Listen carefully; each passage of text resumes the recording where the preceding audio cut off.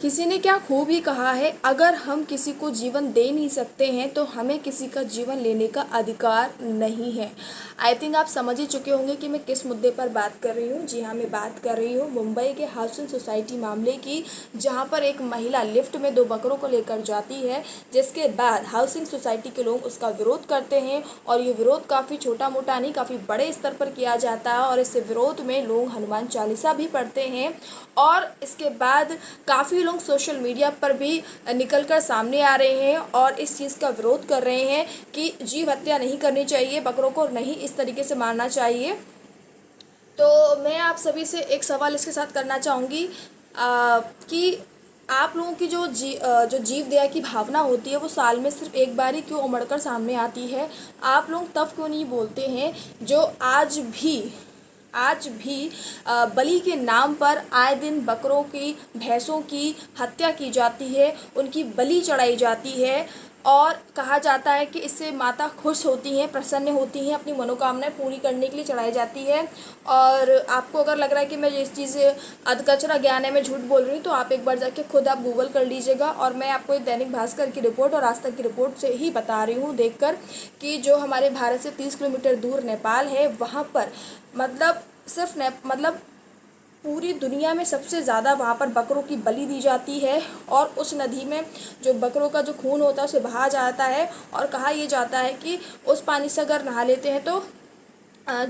मनुष्यों की जो स्किन की प्रॉब्लम होती है वो ठीक हो जाती है। इसी के साथ माँ कामाख्या देवी का मंदिर है, वहाँ कहा जाता है कि माता को प्रसन्न करने के लिए जब भी हमारी मनोकामना कोई पूरी हो जाती है तो उसके लिए बकरों की बलि दी जाती है। काफ़ी बड़े स्तर पर इस पर कानून भी रोक लगाता है, लेकिन फिर भी वो आए दिन मतलब होती ही रहती है, उस पर रोक नहीं लग पाती है। और इसके लिए काफ़ी संगठन भी, हिंदू संगठन भी उसके लिए आवाज़ उठा रहे हैं।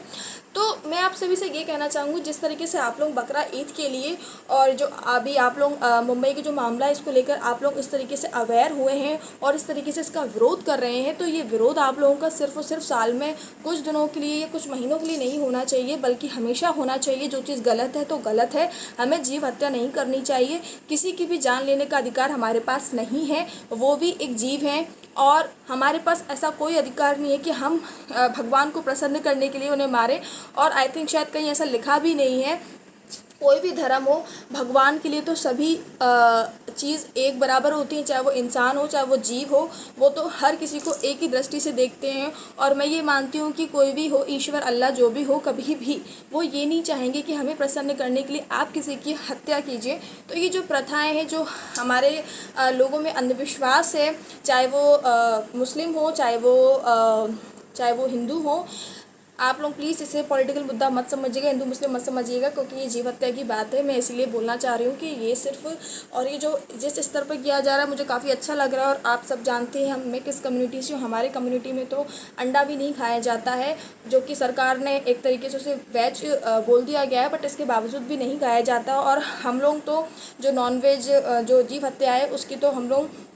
सिर्फ बकरी ईद पर नहीं करते, उसका विरोध तो हम हमेशा ही करते हैं। हमारे संगठन हमेशा काम करते हैं इन चीज़ों को लेकर। तो मैं आप लोगों से यही कहना चाहूँगी, ये जो विरोध आप लोग अभी कर रहे हैं बकरी ईद पर, इसके साथ मैं ये कहना चाहूँगी कि ये विरोध सिर्फ अभी कुछ दिनों के लिए नहीं, सिर्फ कुछ महीनों के लिए नहीं, बल्कि ये विरोध आप लोगों का हमेशा रहे, ताकि इस तरीके के जो अंधविश्वास, जो भगवान को खुश करने के नाम पर, प्रसन्न करने के नाम पर इस तरीके से आए दिन जो जीवों की हत्या की जाती है, वो हत्या रोक दी जाए। नमस्कार।